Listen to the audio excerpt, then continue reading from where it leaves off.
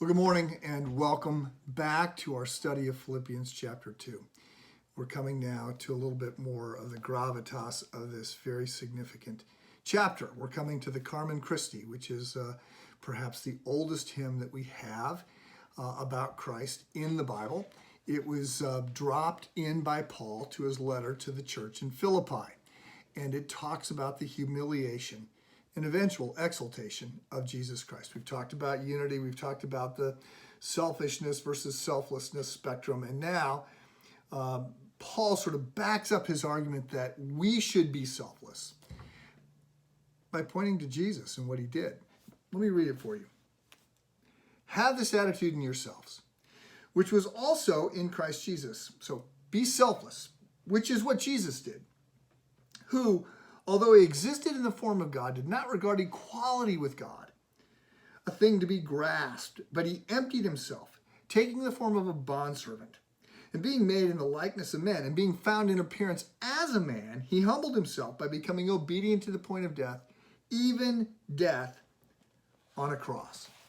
So there's some significant ideas here. So the first one is that Jesus has always been God.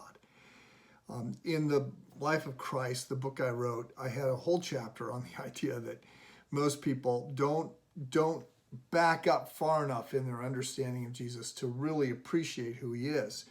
They sort of assume and act as though his life begins at conception. But no, that's not the claim at all.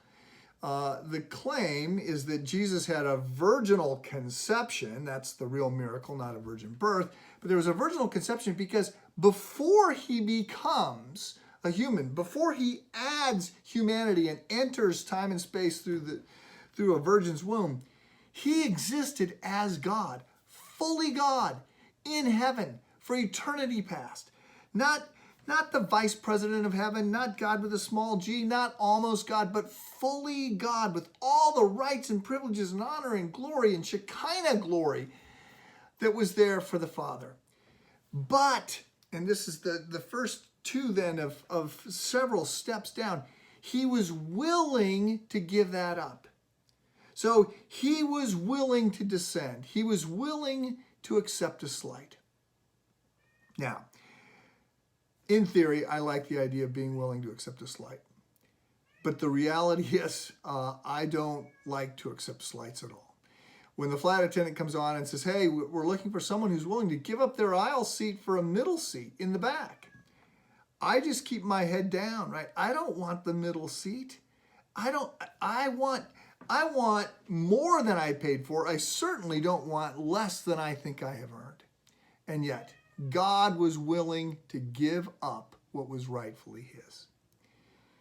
Step two is that he not only was willing to do this, he actually did.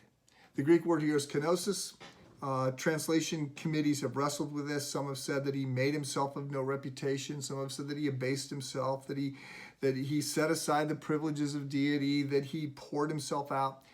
It's hard for us to fully understand what happens here because we want to say that he remains fully God. God cannot cease to be God. But there's a mystery here, and the mystery and the majesty is also a model. God does all of this for us. We're going to continue on this passage tomorrow. There's so much more to see.